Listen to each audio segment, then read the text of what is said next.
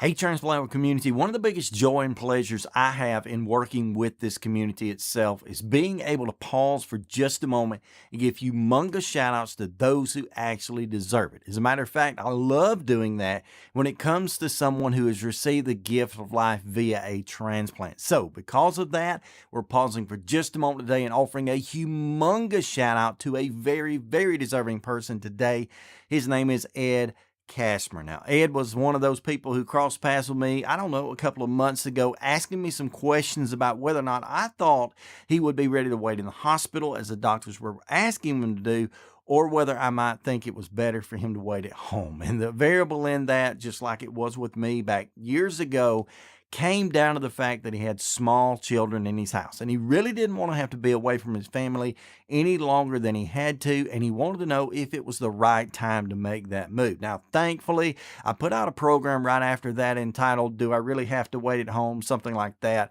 Ed, several others watched the video, ended up speaking with Ed a couple of more times via text. He eventually made the decision to go ahead and be placed in the hospital to wait for transplant, and ultimately that became a great decision for him, because even though Ed did have to wait in the hospital for a small period of time, it may not have been nearly as long as he would have waited at home. As a matter of fact, on the 25th day being listed for transplant while in the hospital, Ed was transplanted. Ed received the gift of life via that heart transplant. So to you, Ed, I just want to say to you, I'm so thankful that you've had this opportunity. I'm so excited that your heart came, that you're doing well, and I pray that your recovery will continue to do so. As a matter of fact, I want you to know that I, Jim Burrell, the transplant helper, I'm certainly praying for you, and now the entire transplant helper community is going to be doing the same. So if you would, please pause what you're doing for a moment, offer up a prayer of thanksgiving, appreciation, and even of strength for Ed and his entire family, as well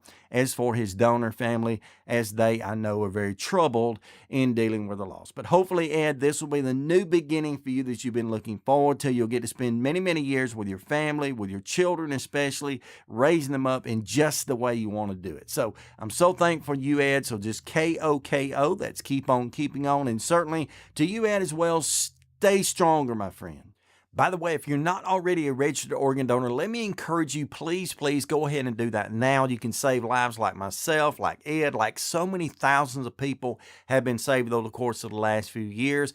Go over to organdonor.gov. You can select your specific state, go ahead and register there. And then the better part is, after you finish doing so, how about go down and have a sit down with your family and your friends? Let them know of your decision, so if it should ever arise, they'll know exactly what you desire to do. You will be a hero in my book, and you'll save a life. Thank you.